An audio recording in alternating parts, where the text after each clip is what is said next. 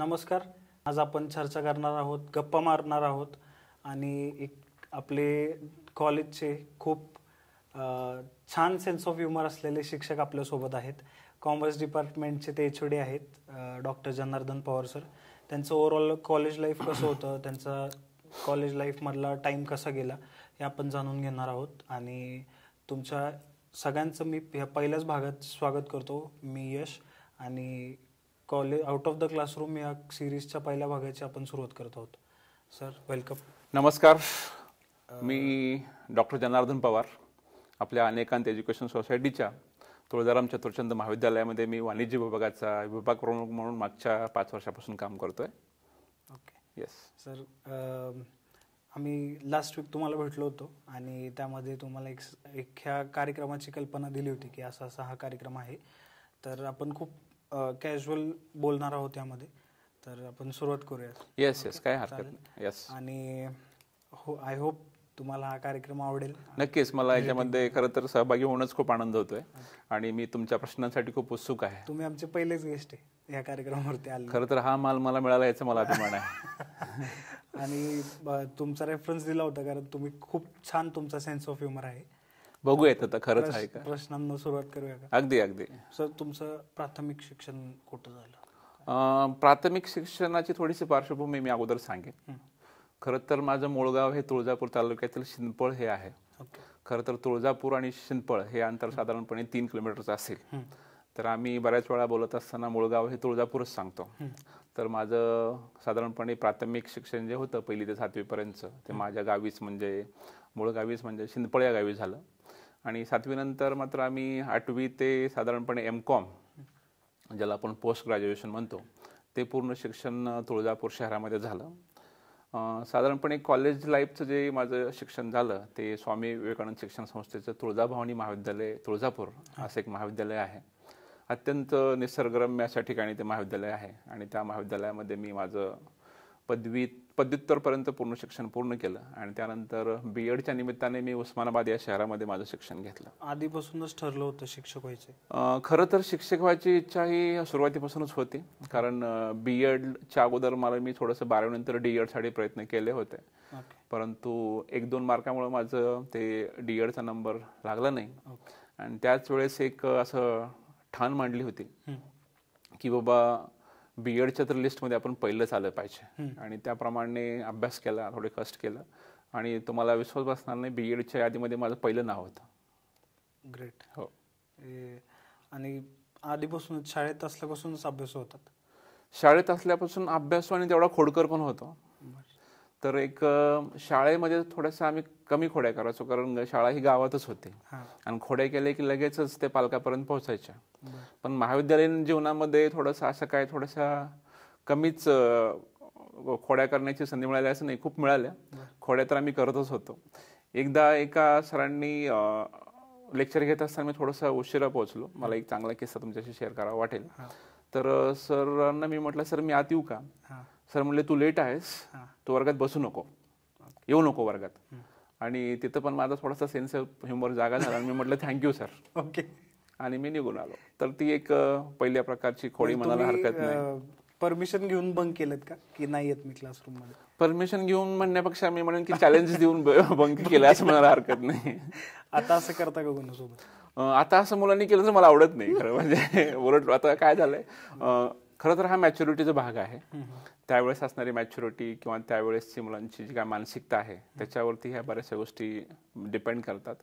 आता शिक्षक म्हणून किंवा एक पालक म्हणून ती मॅच्युरिटी माझ्यामध्ये आलेली आहे आणि विद्यार्थ्यांनी कुठल्याच लेक्चर बंक करू नये असं मला शिक्षक म्हणून किंवा पालक म्हणून नक्कीच वाटतंय. आता हे तुमचा शिक्षक असण्याचा भाग झाला नाही का, पण ओव्हरऑल अनफिल्टर्ड तुम्ही असेच आहे का रिअल लाईफ मध्ये. खरं तर मी माझ्या दैनंदिन जीवनामध्ये सुद्धा असंच आहे. याचं मला बऱ्याच वेळा प्रत्यय येतो. माझे जे काही मित्र सहकारी आहेत, माझे जे मित्र आहेत, जे माझे सहकारी आहेत ते मला नेहमी म्हणतात की यार तू खरं तर मराठी विषयाचा प्राध्यापक व्हायला हरकत नव्हती. तुझं सेन्स ऑफ ह्युमर जसं तुम्हाला जाणवलं तसं त्यांनाही जाणवतो. माझी मिसेस सुद्धा मला बऱ्याच वेळा म्हणते की तुम्ही खरंच मराठी इंडस्ट्रीमध्ये जर तुम्ही गेला असतात तर तुम्ही तिकडं सुद्धा नाव कमवलं असतं. कितपत खरं आहे माहिती नाही. मिसेस आहे ती माझ्याबद्दल चांगलीच बोलेल, वाईट तर बोलणारच नाही असं पण मला आहे एक मत ना आहे. तसं, पण तुम्ही थोडंसं विचार थोडंसं करताय आहे, मी असं गोष्टीचा? म्हणणार नाही की खूप सारं आहे, पण थोडं नक्की आहे. आता जर चान्स मिळाला तर चान्स मिळाला तर नक्कीच बघूयात काय संधी कुठे मिळते का, आणि आलं तर उलट आता बरंच ते आहे. नवीन कन्सेप्ट आली आहे स्टँडअप कॉमेडी, म्हणजे आधी जसं पुलं करायचे खूप वर्षापूर्वी, तर ते एक नवीन ते आता खूप फीचर्ड होऊन आले स्टँडअप कॉमेडी, तर ते करायला आवडेल का? बघू, प्रयत्न करूयात. संधी मिळाली तर हरकत नाही. इथं कदाचित शिक्षण क्षेत्रात बऱ्यापैकी नाव मिळवलंय, तिकडे काय मिळवता येतं का बघूयात. म्हणजे तयारी चालू आहे. तयारी अशी सच नाही, पण संधी आली किंवा एखादा ब्रेक मिळाला तर कुणाला नक्कीच रोस्ट प्रयत्न करू करू. शकता? कुणाला रोस्ट करू शकता असं काही नाही, मी माझ्या पद्धतीने प्रयत्न करेन. आता जर समजा एखाद्याचा टॉपिक दिला किंवा असे कोण शिक्षक आहेत ज्यांना रोस्ट करायला? शिक्षक नाही पण इतर कोणी कॉलेजमध्ये फ्रेंड वगैरे कुठल्या फ्रेंड्सला करेन. ओके. आणि कॉलेजमधले असं काय टॉपिक की ज्याच्यावरती तुम्ही कॉलेज म्हणण्यापेक्षा जे सध्या समाजात टॉपिक सुरू आहेत त्याच्यावरती करू शकेन. जसे की राजकारणाची अवस्था आहे, त्याच्यानंतर पुन्हा बऱ्याच वेळा शिक्षण पद्धतीमध्ये सुद्धा जे काही बदल होत आहेत त्याच्यावरती आपल्याला बरेचसे एक सामाजिक संदेश त्याच्या माध्यमातून देता येईल असं मला वाटतं. ओके. आणि जर शिक्षक नसतात तर काय केलं असतं? शिक्षक नसतो तर हा एक माझ्यासाठी खूप महत्त्वाचा आणि जिव्हाळ्याचा प्रश्न आहे. खरं तर शिक्षक ही माझी सेकंड चॉईस होती. त्याच्या अगोदरची माझी चॉईस होती की मला चार्टर्ड अकाउंटंट व्हायचं होतं. खरं तर मी अभ्यासामध्ये मला पहिल्यापासून रस होता. असं म्हटलं जातं की माझे पालक सांगतात की मी प्रत्येक वर्गामध्ये, आणि मी पण ते अनुभवलंय, दरवर्षी पहिला यायचो, खोड्या करून पहिला यायचो, तो वेगळा भाग होता, हे खरं आहे. त्यानंतर मी एक स्वप्न बघितलं होतं की मला चार्टर्ड व्हायचं आहे, पण ते नाही पूर्ण झालं. काही त्याच्यामागं आर्थिक आणि सामाजिक घरगुती कारणं सुद्धा होती असं मला हरकत नाही, पण ते माझं स्वप्न अधुरं राहिलं. आणि नंतर मी म्हटलं ठीक आहे, मला नाही माझं स्वप्न पूर्ण करता आलं, पण माझ्यासारख्या अनेक विद्यार्थ्यांना हे स्वप्न पूर्ण करता यावं, त्यासाठी मी हा पेशा स्वीकारला, मला हरकत नाही. आता एक 8-10 वर्ष झाली तुम्ही स्वतः या टीचिंग प्रोफेशनमध्ये आहात. स्टुडंट कोण CA झालेत? हां, खरं तर 8-10 वर्ष नाही, मी माझे हे 21वे वर्ष आहे. ओके. टीचिंग प्रोफेशनमध्ये मी 2003 साली आलो. 2003 सालापासून TC कॉलेजमध्ये सुद्धा CA विद्यार्थी झाले. पण मी ज्या पूर्वीच्या कॉलेजमध्ये काम करत होतो त्या कॉलेजमध्ये सुद्धा बरेचसे मुलं CA, CS, CMA करण्यासाठीच यायचे, आणि बऱ्याच लोकांचं CA कम्प्लीट झालं. TCचं जर उदाहरण द्यायचं म्हटलं तर TC कॉलेजमध्ये सुद्धा बरेचसे विद्यार्थी चार्टर्ड अकाउंटंट झाले. आजही ते मुलं भेटतात आणि एक प्रकारचा आदर ते आमच्याबद्दल व्यक्त करतात किंवा विशेषतः माझ्याबद्दल व्यक्त करतात. त्याचं समाधान आहेच. तुमच्या डिपार्टमेंटची 1975 ची बॅच आली होती, त्यामध्ये खूप CA आणि बॅक बेंचर्स वगैरे, तर तुमचं असं रियुनियन झालं तर तुम्ही टॉपर असणार की बॅक बेंचर? खरं तर मी बँक बेंचर असोसिएशनचा चेअरमन होतो. कॉलेजमध्ये असं काय? मी नेहमीच मागं बसायचो. त्याच्या मागचे कारण असं होतं की आम्ही ग्रामीण भागातील विद्यार्थी होतो आणि शहरी भागातील विद्यार्थी आम्हाला कधी पुढच्या बेंचवर बसू देत नव्हते. त्यामुळे आम्हाला जिथं जागा मिळायची, विशेषतः जागा मिळायची आम्हाला बाल्कनीमध्येच, तर आम्ही बँक बेंचर्सच होतो. पण बँक बेंचवर बसून सुद्धा आम्ही टॉप केलं हे आम्हाला अभिमानाने सांगायला आवडेल. ग्रेट. आम्हाला सांगायला आवडेल की मी M.Com.ला विद्यापीठामध्ये पहिला आलो होतो, आणि हे करत असताना मी ही स्ट्रॅटेजी असते का की आपण वर्गात सगळ्यांबरोबर गोंधळ करायचा आणि घरी जाऊन अभ्यास करायचा? नाही, स्ट्रॅटेजी अशी काय नव्हती, मुळात अभ्यास होतोच. आणि माझी आई म्हणायची की तू एक पाठी आहेस, एकदा वाचले तुझ्या लक्षात राहत आहे. आणि तसं अभ्यासाला खूप कमी वेळ मिळायचा. मला सांगायला आवडेल की 10वी पर्यंत आम्हाला बऱ्यापैकी अभ्यासासाठी वेळ कमीच मिळायचा, कारण आम्ही 5 किलोमीटर चालत जायचो शाळेला गावापासून, किंवा 4-5 किलोमीटर जे असेल ते, आणि परत तेवढं यायचो. मग फिजिकली एवढं थकून जायचो की कदाचित 7:30-8:45लाच आम्ही त्या काळात झोपून जायचो. काय फरक वाटतो? तेव्हाची शिक्षण पद्धत वेगळी होती. खूप सारा बदल झालाय. बऱ्याच आमच्या काळामध्ये बऱ्याच गोष्टीसाठी आम्हाला झगडावं लागलं, किंवा नोट्स असतील, पुस्तकं असतील. खरं तर शिक्षकाच्या मुखातून जे काही पडणारं ज्ञान होतं तेच आमच्यासाठी एक एकमेव मार्ग होता. परंतु आजकाल आपण बघतोय ब्लेंडेड लर्निंग आलंय, ऑनलाईन लर्निंग आलंय, सगळ्या गोष्टी ऑन क्लिक किंवा एका सर्चवरती सगळ्या उपलब्ध आहेत. तर हे आजच्या मुलांसाठीचा खूप मोठा बेनिफिट आहे, आमच्या काळात जो नव्हता. आम्हाला वाटतं की कधी कधी मला असं वाटतं की अरे मी जर या काळामध्ये असतो तर खूप काही शिकलो असतो, किंवा खूप काही नवीन गोष्टी मला करता आल्या असतात ज्या मला त्या काळात मिळालेल्या नाहीत. पण शेवटी तो जनरेशनचा भाग आहे, जनरेशन गॅप, तुमच्या नशिबाचा भाग आहे. त्यामुळं I must pass this message to others, those who are in this today scenario. They should go ahead with the benefits. Okay. पण त्यावेळी इंटरनेट नव्हतं. फर्स्ट टाइम इंटरनेट कधी यूज केलं, अभ्यासासाठी किंवा इतर तुमचं प्रोफेशनल वर्क? खरं तर ह्या मुद्द्यावर मला आवर्जून बोलायचं आहे. ओके. आम्ही इंटरनेट 2000 साली पाहिलं. इंटरनेटचा आणि माझा संबंध आला कम्प्युटरचा क्लास लावल्यानंतर. तोपर्यंत कम्प्युटर कसा असतो, काय असतो हे सुद्धा माहिती नव्हतं. आमचं महाविद्यालयात इंग्लिश पेपर सुद्धा येत नव्हता, असं आमचं महाविद्यालय होतं. पण शिक्षक खूप छान होते. इंटरनेटच्या संबंधाबद्दल जर तुम्ही बोलाल तर 2000ला पहिल्यांदा मी क्लास लावल्यानंतर, M.Com पार्ट 1ला असल्यानंतर एक चार्ट कसं करायचं हा एक आम्हाला टॉपिक होता. आणि त्यावेळेस आम्ही ऑनलाईन चार्ट केलं एकमेकांना.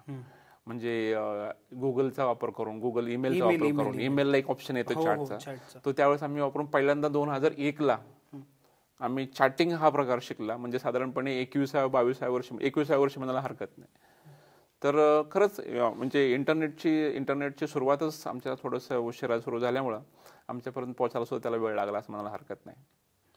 त्यावेळी शिक्षक असे होते की त्यांना पूर्ण लिबर्टी असायची, घरचे पाण्याचे तुम्ही मारा पण ती शिस्त लागली पाहिजे. आता तसं नाहीये. मग तो उणीव भासते की त्यावेळी जरा आदर जास्त करत होतो शिक्षकांचा, आता ते जाणवत नाही विद्यार्थ्यांना? आदर थोडासा कमी झालाय म्हणायला हरकत नाही. त्याला बऱ्यापैकी दोन्ही बाजूनी गोष्टी काय जबाबदार आहेत. पण आमच्या काळात तुम्ही म्हटल्याप्रमाणे शिक्षकांना एवढे सांगायचे, काय तुम्हाला याला फटके द्यायचे ते फटके द्या. असं झालंय कधी? झालंय. आम्ही खूप फटके खाल्ले. घरचे आम्ही खूप फटके खाल्लेत आणि ऑफिसमध्ये येऊन सुद्धा आमच्या घरच्यांनी आम्हालाच फटके दिलेत. आजकाल आपण थोडं जरी पालकांनी मुलांना काय म्हटलं तर पालक जाऊन शिक्षकांना भांडतात. अत्यंत चुकीची पॉलिसी आहे. कुठलाही शिक्षक विद्यार्थ्यांना उगीच बोलत नाही. आज मी या शिक्षकी पेशामध्ये आल्यानंतर मला हे चांगलं कळतंय. खरं तर शिक्षक एखादा विद्यार्थ्याला बोलतो किंवा काय त्याची तक्रार करतो किंवा त्याच्यावरती रागवतो, त्याच्या मागचा एकमेव आणि सरळ आणि क्लिअर उद्देश असतो की त्याच्या आयुष्यात भलं व्हावं किंवा त्याच्याकडून जी काही चूक होतीये ती चूक होऊ नये हा त्यामागचा उद्देश असतो. आमच्या पालकांनी या गोष्टीला कधीच सपोर्ट केले नाही आणि मला सांगायला आवडेल की आमच्या एवढा मार कुणीच खाल्ला नाही. मी तर कॉलेजमध्ये असताना सुद्धा शिक्षक आम्हाला फटके द्यायचे. साधारणपणे 12वी पर्यंत फटके खाल्ले. नंतर थोडेसे पालकांना किंवा शिक्षकांनाच वाटायला लागले की आता हे मोठे झाले, त्यांना तर फटक्याची भाषा नाही, त्यांना शब्दाची भाषा वापरली पाहिजे. आणि त्यांनी मग पुन्हा शब्दाच्या भाषेतून आम्हाला मारायला सुरुवात केली. पण मार मात्र मिळालाच. तो कुठल्याही अँगलने का असे ना, पण मार मात्र मिळालाच. इतकं सगळं होत असताना पण एकदा विद्यार्थ्यांस म्हणजे मित्रांसोबत जाऊन बघितलेला पिक्चर आठवतो का कॉलेजमध्ये पहिला? हो. पिक्चर मी माझ्या पहिल्या आयुष्यातला पिक्चर मी 3रीत असताना बघितला. जो शाळेने आम्हाला नेऊन दाखवला होता. 3रीत असताना? हो. साने गुरुजींचा एक पिक्चर आला होता आम्ही शाळेत असताना. आणि तो आम्हाला 80 पैसे घेऊन चालत जाऊन साधारणपणे 3-3.5 किलोमीटर आम्ही तो पिक्चर पाहिला होता. आणि त्यावेळेस एक ब्लॅक अँड व्हाईट होता. तो आम्ही पिक्चर पाहिला आणि त्यावेळेस मला ती भीती होती की थिएटरमध्ये खूप अंधार असतो आणि थिएटरमध्ये बसणं भीती वाटते. पण 3रीत असताना मी तो पहिला पिक्चर पाहिला. खूप अमेझिंग एक्सपिरियन्स होता. आणि त्यानंतर जर म्हणाल आपापल्या लेवलला जाऊन पिक्चर बघणं, कॉलेज लाईफमध्ये किंवा स्कूल लाईफमध्ये सुद्धा सांगतो. कॉलेज लाईफमध्ये तर मी खूप भरभरून बोलेल. तर स्कूल लाईफमध्ये आणि माझा भाऊ एक हिंदी पिक्चर बघायला गेलो. त्यावेळेस मला अजूनही त्याचं टायटल आठवतं. तर टायटल होतं जीते है शान से. गोविंदा, संजय दत्त आणि मिथुन चक्रवर्तींचा पिक्चर होता. खूप मजा आली होती. खरं तर त्या काळामध्ये त्या वयामध्ये फायटिंग बघायला खूप आवडायचं. कारण त्यावेळेस ते डुशुमचे आवाज असायचे आणि ते ओरली काढले जायचे. त्यावेळेस असं काय म्हणजे हे नव्हतं. तर तो इंटरेस्टिंग पॉईंट होता. कॉलेजमध्ये म्हणाल तर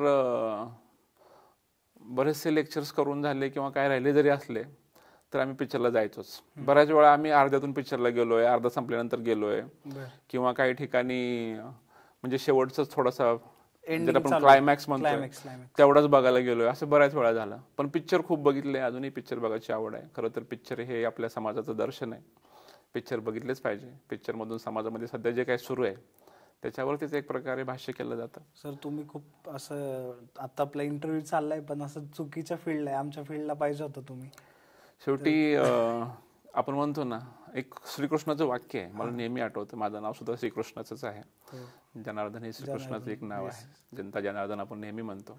श्रीकृष्णाचं वाक्य मी नेहमी लक्षात ठेवतो. बरेचसे लोक म्हणतात की तू हे करायला पाहिजे होतं, ते करायला पाहिजे होतं. माझा हा तुम्ही म्हणतात तसं सेन्स ऑफ ह्युमर लक्षात घेऊन काही लोक म्हणतात तू वकील व्हायला पाहिजे होतं. काही लोक म्हणतात की नाही तू एक जण म्हणतो की तू मराठीचा प्राध्यापक व्हायला पाहिजे होता, कॉमर्सचा चुकून झाला. तर माझं एक श्रीकृष्णाचं वाक्य मी नेहमी आठवतो. ते वाक्य असं आहे की समय से पहले और नसीब से ज़्यादा किसी को कुछ भी नहीं मिलता. जो आपले नसीब में लिखा आहे ते आपल्याला मिळतं. मी खरं तर बारामती येण्याचा विचारसुद्धा केला नव्हता, पण मी पहिल्यांदाच आयुष्यात बारामतीमध्ये आलो आणि एवढ्या मोठ्या महाविद्यालयाचा भाग झालो. याचा मला खरंच आनंद वाटतो, मनस्वी आनंद वाटतो. आता ते ज्यावेळी तुम्ही विद्यार्थी होतात आणि आता तुम्ही एका विभागाचे विभाग प्रमुख आहात, तर ती जर्नी कशी होती ओव्हरऑल? पण तुम्ही बॅक बेंचरही होतात, तुम्ही टॉपरही होतात. हो, मग ते जर्नी म्हणाल तर अत्यंत चांगली जर्नी होती. विद्यार्थी असताना फक्त आपण जसं काही शिक्षकाकडून जास्त घेण्याचा किंवा प्रमुख असेल तर त्यांच्याकडून आपण जास्तीत जास्त पदार्थ पाडून घेण्याचा प्रयत्न करतो. आणि ज्यावेळेस आपण एखाद्या पोझिशनवरती बसतो त्यावेळेस आपल्या मनात एकच विचार असतो की विद्यार्थ्यांना जास्तीत जास्त आपल्या महाविद्यालयाकडून किंवा आपल्याकडून गेले पाहिजे. इन टर्म्स ऑफ नॉलेज असेल, इन टर्म्स ऑफ ॲक्टिव्हिटीज असतील, या सर्व गोष्टीचा विचार करून आम्ही काम करतो. फरक म्हणाल तर जबाबदारी येते आणि जबाबदारी आली की मग ते जबाबदारीनेच वागावं लागतं.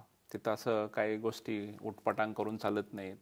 काही गोष्टी आपल्याला असे काही चुकीचे निर्णय घेता येत नाहीत. प्रत्येक निर्णय हा तुम्हाला 10 वेळा म्हणण्यापेक्षा 100 वेळा विचार करूनच घ्यावा लागतो आणि तो निर्णय आपल्या महाविद्यालयासाठी, विभागासाठी, मुलांसाठी अत्यंत चांगला असावा अशी सर्वांची इच्छा असते.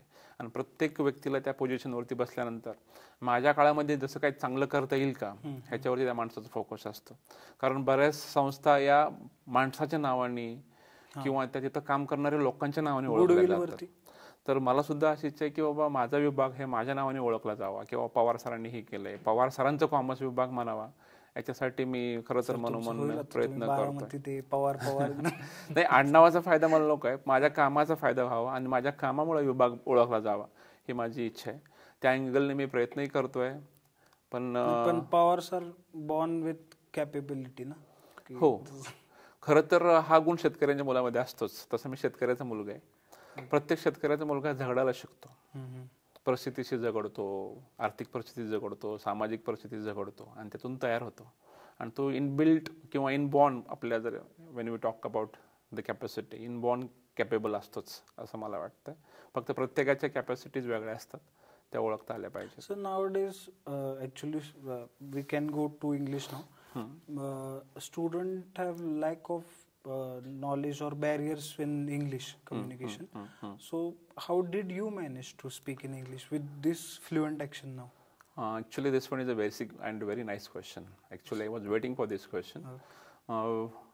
As I told you, I did my entire education in Marathi and Marathi medium only. Yes. You won't believe I did my B.Ed also in Marathi.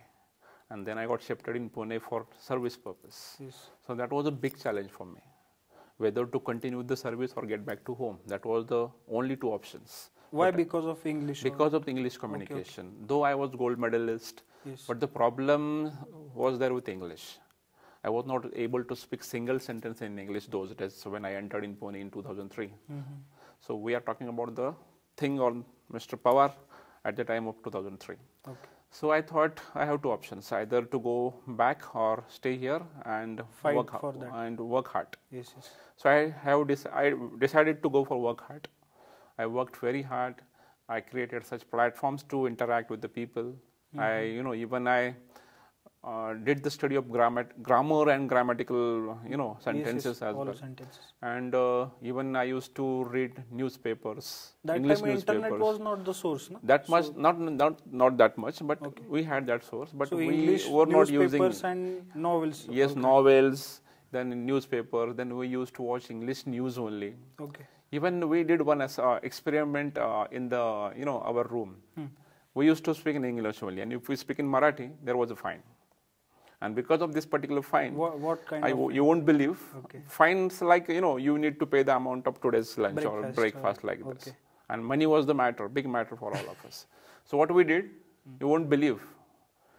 We were never speak for 2-3 days because of the fine. We used to make body language only. Okay. Like this. But that has created impact on us.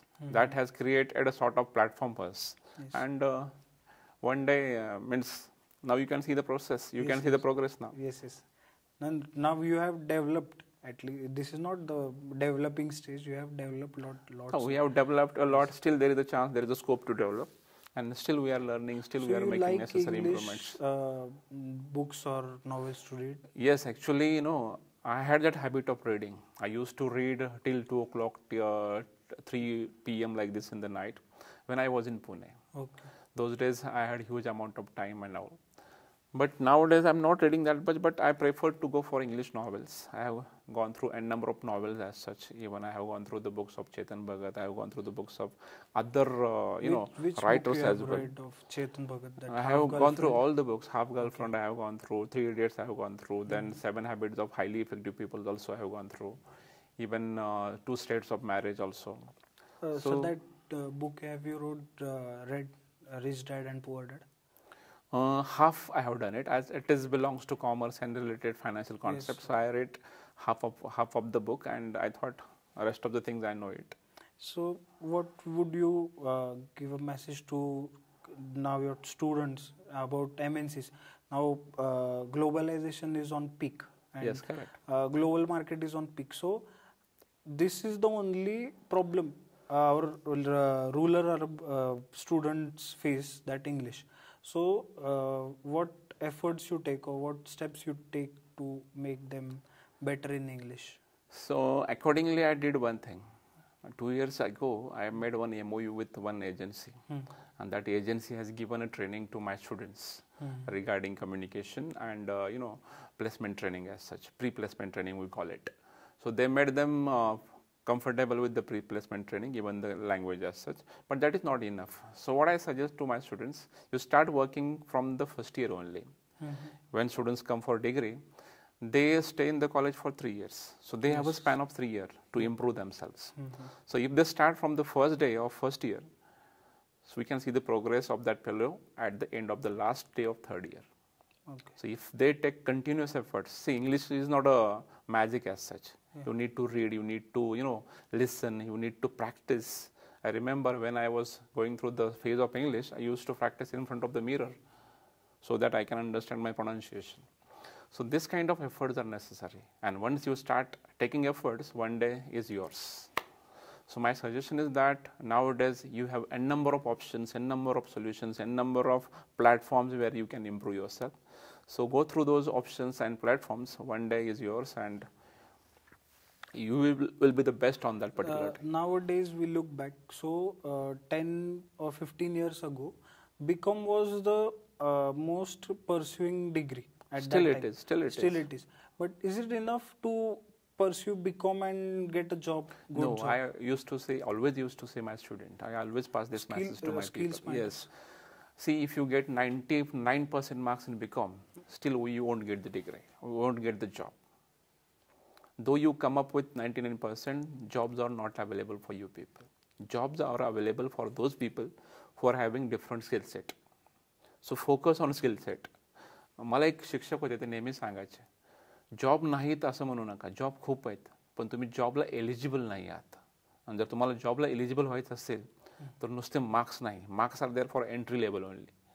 तुम्ही बाकीचे जे काही skill set आहेत जगामध्ये, सिच्युएशननुसार skill set बदलत चालत आपण बघतोय. कोविडच्या पूर्वी असणारा स्किल सेट वेगळा होता, कोविडच्या नंतरचा स्किल सेट आपण बघतोय. तर स्किल सेट बदलत चालले. जर तुम्ही त्या स्किल सेटमध्ये काम करत असाल, स्किल सेट तुम्ही ॲक्वायर करत असाल वेळोवेळी, तर तुम्हाला जॉब खूप आहेत, प्रचंड जॉब आहेत. आणि ते जर तुम्हाला मिळवायचे असेल तर तुम्ही अपडेट राहिले पाहिजे, नवीन स्किल शिकले पाहिजे. मार्क्स तर जरुरीच आहेत, नो डाऊट, फक्त एंट्री लेवलला आहेत. when you start working somewhere and when they expect your performance, at that time this kind of skills are required, and those are important one when you start working somewhere. College जीवनातील एखादी आठवण जी सांगायची वाटते? हो, नक्कीच. एक आठवण मला शेअर करायला आवडेल. खरं तर तो गॅदरिंगचा किस्सा आहे. आम्ही ज्यावेळेस BComला होतो त्यावेळेस आमच्या महाविद्यालयामध्ये गॅदरिंग व्हायचं, आणि खूप असं मोठ्या प्रमाणावरती ग्राउंडवरती गॅदरिंग व्हायचं. आणि आमचा एक ग्रुप होता जो आम्ही रेग्युलर बंक पण करायचो आणि रेग्युलर अटेंड पण करायचो, असा एक आमचा ग्रुप होता.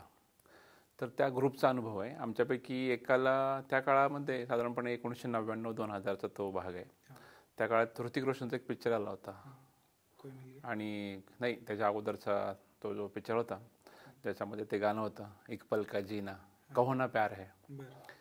तर ते एक पल का जीना हे गाणं आणि त्याच्यातला तो डान्स खूप फेमस झाला होता. मग आमच्या एका मित्राला आम्ही सांगितलं की बाबा तू या गाण्यावर डान्स करायचं. हां.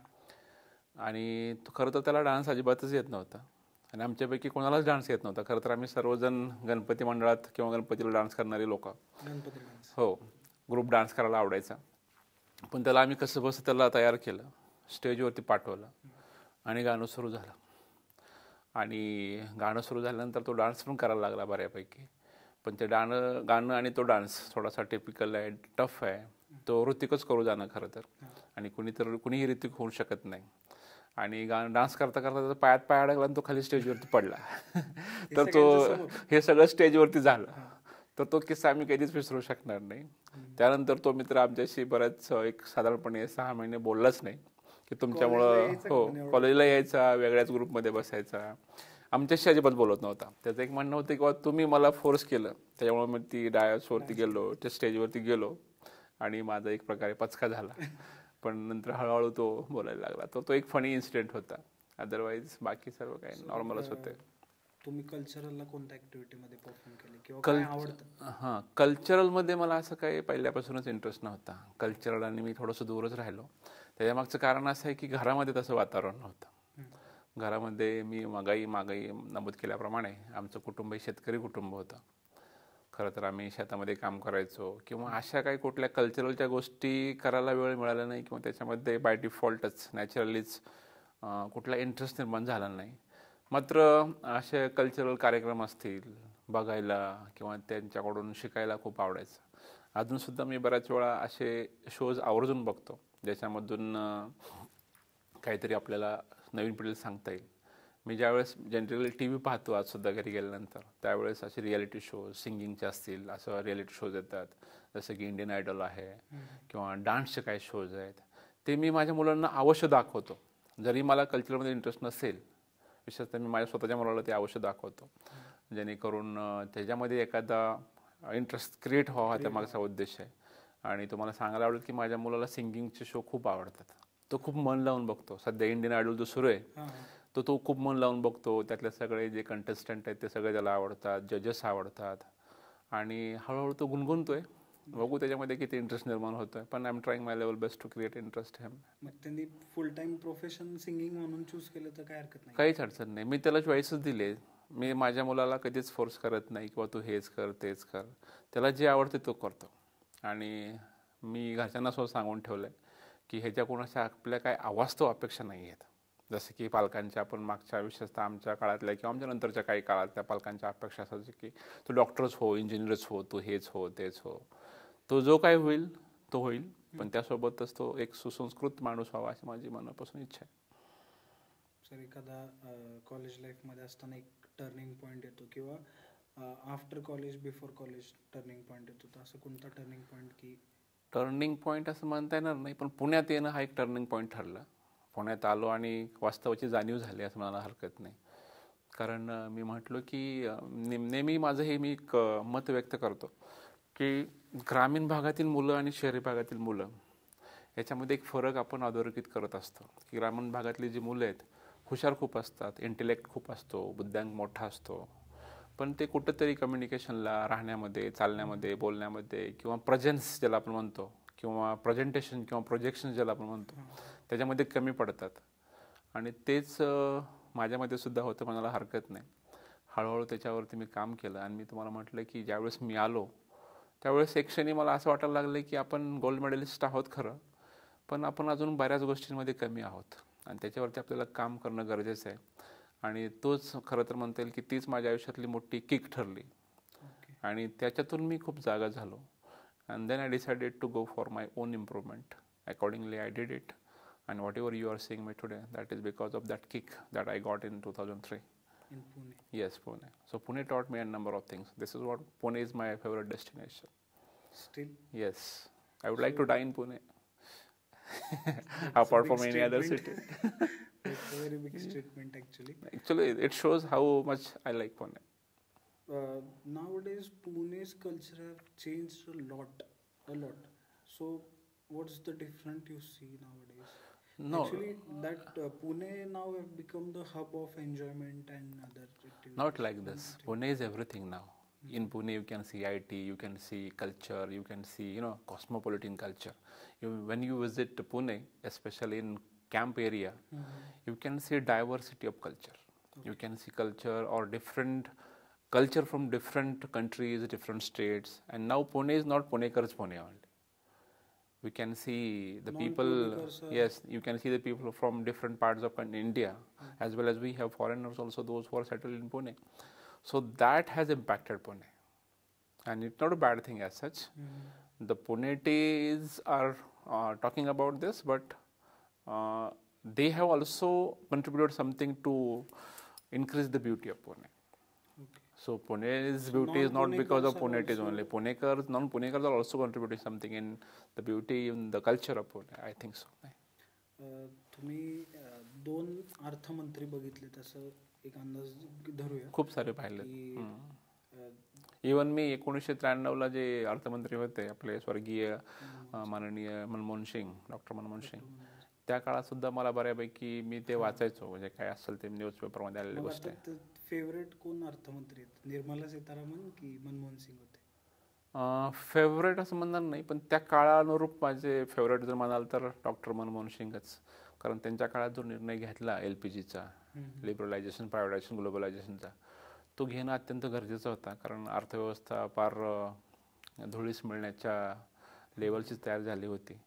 आणि त्यावेळेस आपण सर्व देशांसाठी, जगासाठी आपले जे काही डोअर्स ओपन केले आणि त्या काळात जी इन्व्हेस्टमेंट आली, त्या इन्व्हेस्टमेंटच्या बेसिसवर त्या बऱ्याच मोठ्या प्रमाणात प्रगती करू शकलो आहे.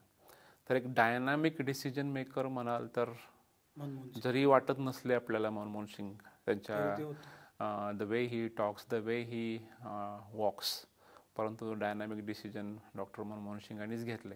आणि त्याच्यामुळे आज आपण प्रत्येक शहराची, इव्हन पुण्यातलं सुद्धा जे IT पार्क आहे किंवा तिथे कंपनी जे आलेले आहेत, त्याला कारणीभूत ती पॉलिसीज होती. आणि त्या पॉलिसीमुळे आपण सर्वाईव्ह झालो आहे असं मला हरकत नाही. तर ऑल टाईम ग्रेट तेच आहेत. येणाऱ्या लोकांनी सुद्धा खूप मोठं काम केलं आहे. त्यांनी सुद्धा वेगवेगळे डिसिजन्स घेतले आहेत. मोदी सरकारने सुद्धा GSTचं खूप छान डिसिजन घेतलं आहे. तोही अत्यंत चांगलाच आहे, तोही वाखाणण्याजोगा आहे. तर त्या पदावर बसल्यानंतर माणूस डिसिजन घेतोच. काही वेळेस ते डिसिजन्स काही लोकांना आवडतात, काही लोकांना आवडत नाही. पण समाजाचा विषय आणि सर्वसामान्यांचा विषय जर असेल तर तो नेहमीच चांगला असतो, असं माझं प्रामाणिक मत आहे. सर, आता तुमच्या हेअरस्टाईलवरती मला विचारायचं होतं की तुमची एक प्रॉपर हेअरस्टाईल अशी तुम्हाला अजय देवगण स्टाईल म्हणतो मी त्याला. जनरली कॉलेजमध्ये असताना कोणासारखी हेअरस्टाईल ठेवली होती? मला अजय देवगण खूप आवडायचं. आता पण अजूनही आवडतो, पण आता त्याची हेअरस्टाईल नाही आवडत. कारण त्याची हेअरस्टाईल बदलली पण माझी नाही बदलली. त्याला काळारूप बदलले असेल. मला अजूनही माझी मिसेस नेहमी म्हणते की अजय देवगणचा पिक्चर लागला की मला तुमची आठवण येते. सरांचं लव्ह मॅरेज आहे का? नाही, ते भाग्य मला नाही लाभलं.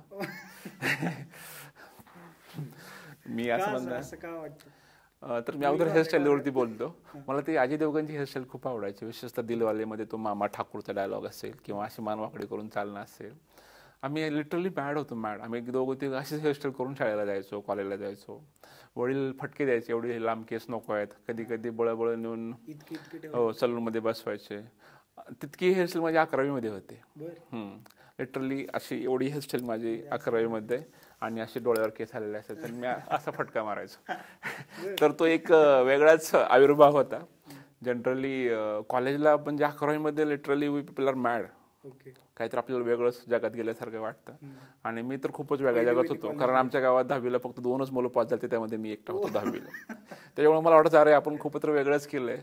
म्हणजे जे मनमोहन सिंगांनी केलं नाही ते पेक्षा सुद्धा मोठं मी केलं असं मला वाटायचं. त्यामुळे मी एक वेगळ्याच नशेमध्ये 11वी 12वी किंवा कम्प्लीट केलेलं आहे. हेअरस्टाईल म्हणा किंवा बाकीच्या गोष्टी. ते असं करताना कुठला डायलॉग मारला? नाही, तसा डायलॉग नव्हता मला, पण मध्ये मध्ये असं करायचं. जसं मुली असं करतात ना, तसं मी असं करायचं नुसतं. मग इकडे उडायचे केस आणि एक प्रकारचा मजा वाटायची समोरच्याला आणि मला सुद्धा. कॉफीला विचारलं चहाला वगैरे? नाही, तसं आमच्या काळात चहा कॉफी काही नव्हतंच.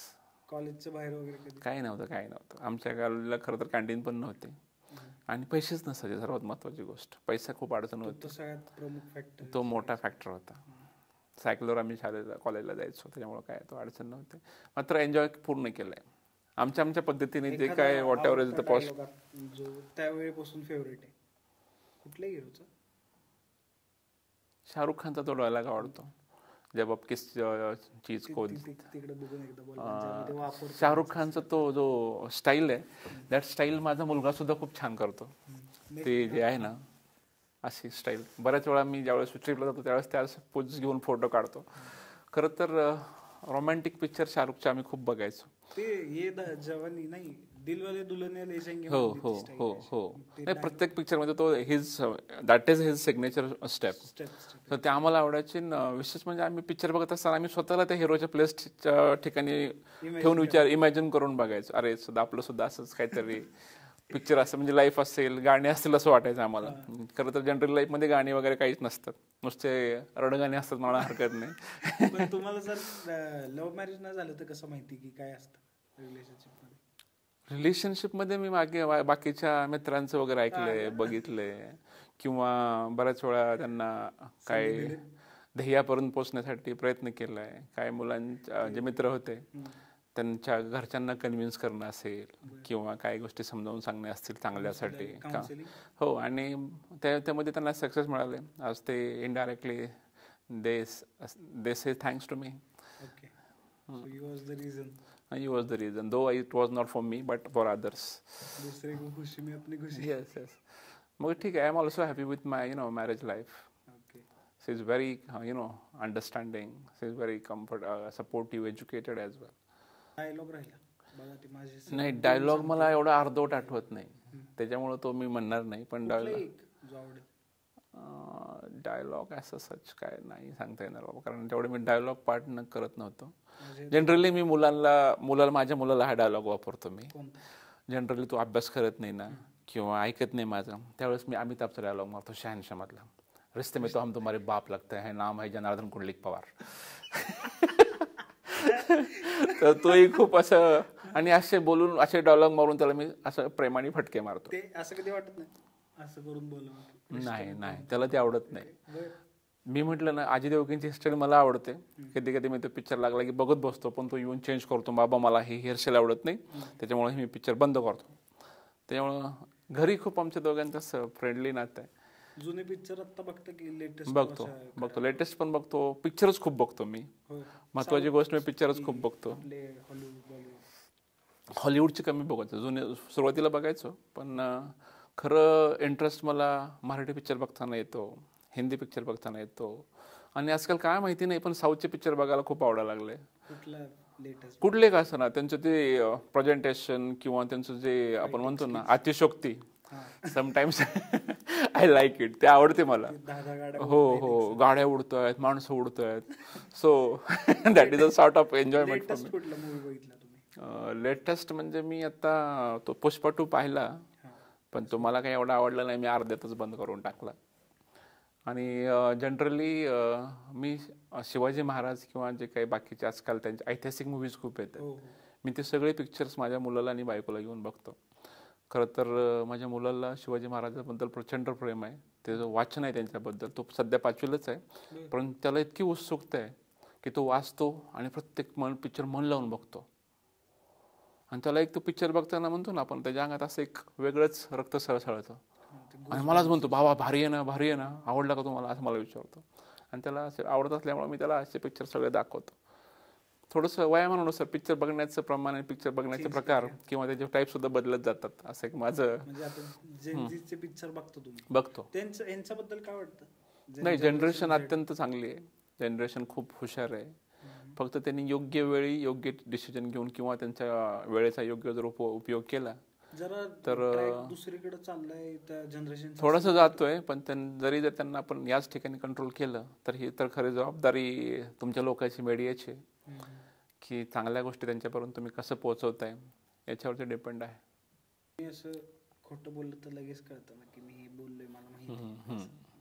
अगदी असं झालंय कधी की धरलंय असं की हो मला माहिती तू काय खोटं बोलतोय?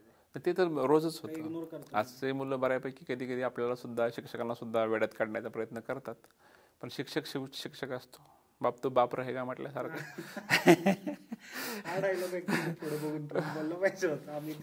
बाप तो बाप रहेगा म्हटल्यासारखं शेवटी गुरु हा गुरु असतो, एखादा हातचा ठेवूनच असतो तो. त्याच्यामुळं आजकालची पिढींसोबत बोलत असताना थोडी ही काळजी घेतलीच पाहिजे. आम्ही सुद्धा घेतो, जेणेकरून आजकाल जगच थोडंसं मीडियाचं आहे. वर्गात बोलत असताना, वर्गात काम करत असताना काही गोष्टींची आम्ही अचूकतेने किंवा ठरवून काळजी घेतो की आपल्याकडून काही चुकीचे शब्द जाणार नाही, चुकीचं काय बोललं जाणार नाही. एक शिक्षक म्हणून ते आम्हाला गरजेचं आहे. आम्ही काय शिक्षक म्हणजे काही राजकारणी लोक नाही आहेत. कुठलाही अर्थ आमच्या सोयीने काढावाचा, जे योग्य अर्थ आहे तोच आम्ही काढतो आणि त्याच्या पुढे जातो. सो तुम्ही आता जर या क्षेत्रात गेलं तर काही नवीन वाटायला नको. आश्चर्य वाटायला नको. आश्चर्य वाटायला नको. बघूयात, त्यातून काय सांगता येत नाही. जाईनही नाही जाणारही.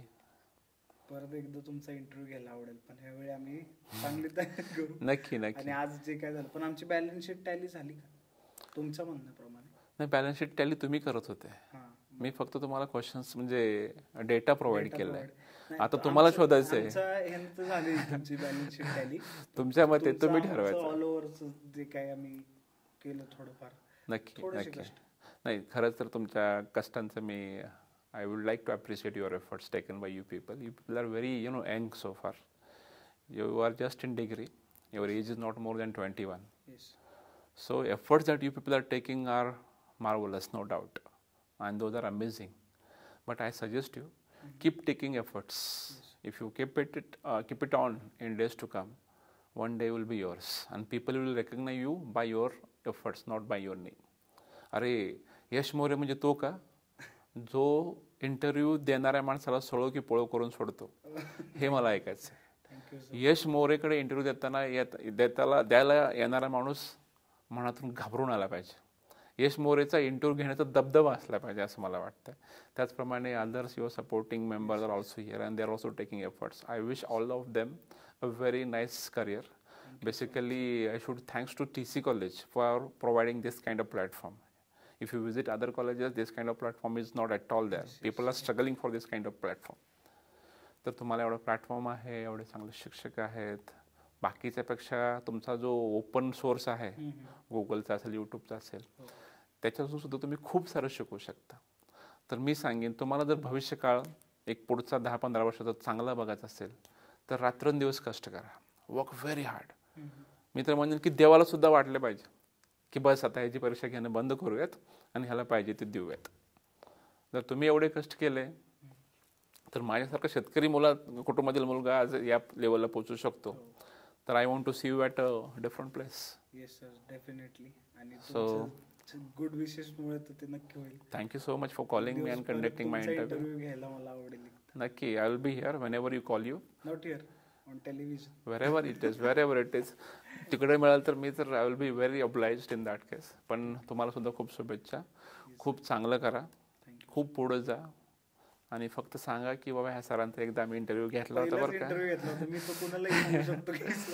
Thank you so much. Thank you so much yes programme